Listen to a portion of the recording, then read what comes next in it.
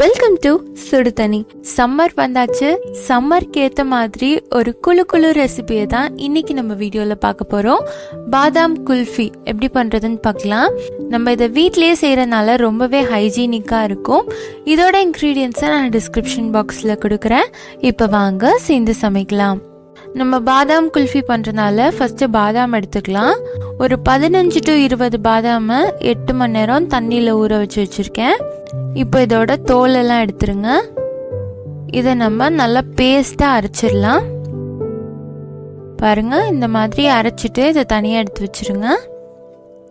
அடுத்து ஒரு 3/4 லிட்டர் பால் எடுத்திருக்கேன். இதை நல்லா கொதிக்க வைக்க போகிறோம். நான் காய்ச்சின பால் தான் எடுத்திருக்கேன். அப்படி இல்லாட்டியும் பரவாயில்ல, நல்லா கொதிக்க வச்சிருங்க.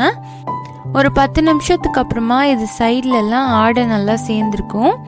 அந்த ஆடையை எடுத்து விட்டுருங்க. இந்த மாதிரி உள்ளே எடுத்து விடணும். அப்போதான் சீக்கிரமா உங்களுக்கு பால் திக்னஸ் கொடுக்கும். இப்போ இதில் ஒரு 250 ml கண்டென்ஸ்டு மில்க் சேர்த்துக்கோங்க. இந்த கண்டென்ஸ்டு மில்க் சேர்க்கறனால உங்களுக்கு பால் சீக்கிரம் ரெடி ஆகிடும். அதே மாதிரி ஸ்வீட்னஸும் இதில் இருக்கும். ஸோ தனியாக நம்ம சர்க்கரை நிறைய சேர்க்க தேவையில்லை. இப்போ இது ரெண்டுத்தையும் நல்லா மிக்ஸ் பண்ணி விட்டுருங்க. ஒன்னோட ஒன்று நல்லா கலந்துருக்கணும்.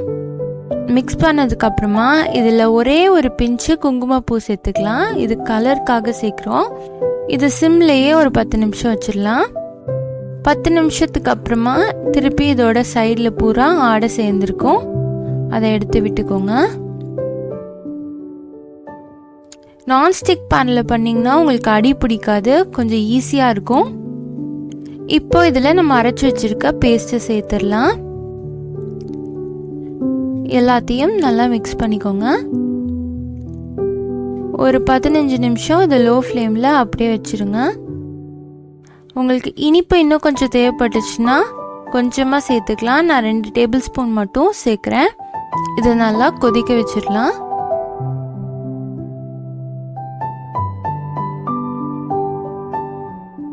கொஞ்ச நேரம் கழிச்சு இது கொஞ்சம் திக்காக இருக்கும். கலர் லைட்டாக மாறி இருக்கு பாருங்க. நீங்கள் எவ்வளோக்கு எவ்வளோ இந்த ஆடையை நீங்கள் ஸ்க்ரேப் பண்ணுறீங்களோ உங்களுக்கு அவ்வளோ நல்லா இருக்கும். டேஸ்ட்டும் உங்களுக்கு நல்லா இருக்கும். அந்த ஆடையில் இருக்க டேஸ்ட்டும் நல்லா இருக்கும். பாருங்க, ஒரு 10 நிமிஷம் கழிச்சு நல்லா க்ரீமியாக வந்திருக்கு. நல்லா க்ரீமியாக வந்ததுக்கு அப்புறமா இதில் நம்ம நட்ஸ் ஆட் பண்ணலாம். நான் பிஸ்தா வச்சுருக்கேன். அதை நல்லா பொடியாக கட் பண்ணி இதில் சேர்த்துக்கிறேன். இன்னும் கொஞ்சம் இது திக்காகணும். அதனால இன்னொரு ஒரு 10 நிமிஷம் வச்சிடலாம். அடுப்பு எப்போவுமே சிம்லேயே வச்சுக்கோங்க.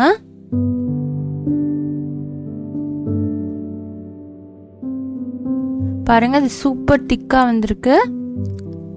நல்லா ஒரு தடவை மிக்ஸ் பண்ணிக்கோங்க. எல்லாத்தையும் சைட்ஸ் எல்லாம் எடுத்து விட்டுட்டு ஒன்றா மிக்ஸ் பண்ணிக்கோங்க. இப்போ இந்த அடுப்பை ஆஃப் பண்ணிடலாம். இதை நல்லா ஆற வச்சிருங்க. இது நல்லா ஆறினதுக்கு அப்புறமா பாருங்க, இது பர்ஃபெக்டாக ரெடி ஆயிருக்கு. இந்த கன்சிஸ்டன்சியில் இருந்தால் தான் உங்களுக்கு நல்லா க்ரீமியாக இருக்கும். இல்லாட்டி ஐஸ் மாதிரி தான் உங்களுக்கு குல்ஃபி கிடைக்கும். அந்த க்ரீமியாக இருக்காது. இப்போ இதை ஒரு மோல்டில் மாற்றிக்கலாம். நான் குல்ஃபி மோல்டு வச்சுருக்கேன், அதில் மாற்றிக்கிறேன். உங்கள்கிட்ட இல்லைன்னா நீங்கள் டம்ளர் கூட யூஸ் பண்ணிக்கலாம். இதை மூடிடலாம். அதே மாதிரி நான் குல்ஃபி பாட் வச்சுருக்கேன், அதுலேயே நான் ஃபில் பண்ணிக்கிறேன். இந்த மாதிரி எல்லா மோல்டுலேயும் நான் ஃபில் பண்ணி வச்சுட்டேன். இதை ஓவர் நைட் இல்லாட்டி ஒரு 10 மணி நேரம் கிட்ட நீங்கள் இதை ரெஃப்ரிஜரேட் பண்ணும். 10 மணி நேரம் நான் இதை ரெஃப்ரிஜரேட் பண்ணி எடுத்திருக்கேன். பார்த்தீங்கன்னா எல்லாம் ரெடியாக இருக்குது. இப்போ ஓப்பன் பண்ணி காட்டுறேன். பாருங்கள் எவ்வளோ சூப்பராக ரெடியாக இருக்குன்ட்டு. இதில் நம்ம ஸ்டிக்கை சொருகிடலாம். ஐஸ்கிரீம் ஸ்டிக் வச்சுருக்கேன், அதை தான் நான் யூஸ் பண்ணுறேன். பாருங்கள் எவ்வளோ சூப்பராக வந்திருக்குன்ட்டு. நம்ம வீட்டிலேயே பண்ண குல்ஃபி எவ்வளோ பர்ஃபெக்டாக இருக்குது பாருங்கள். இது மேலே கொஞ்சம் நட்ஸ் போட்டுக்கிறேன். நம்மளோட குழு குல்ஃபி சூப்பராக ரெடி ஆயிடுச்சு. யார் யாருக்கு குல்ஃபி ரொம்ப பிடிக்குமோ இப்போவே பண்ண ஆரம்பிங்க. இந்த வீடியோ உங்களுக்கு பிடிச்சிருந்தா லைக் பண்ணுங்கள். சுடு தண்ணி சேனலை மறக்காமல் சப்ஸ்கிரைப் பண்ணுங்கள். தேங்க்யூ.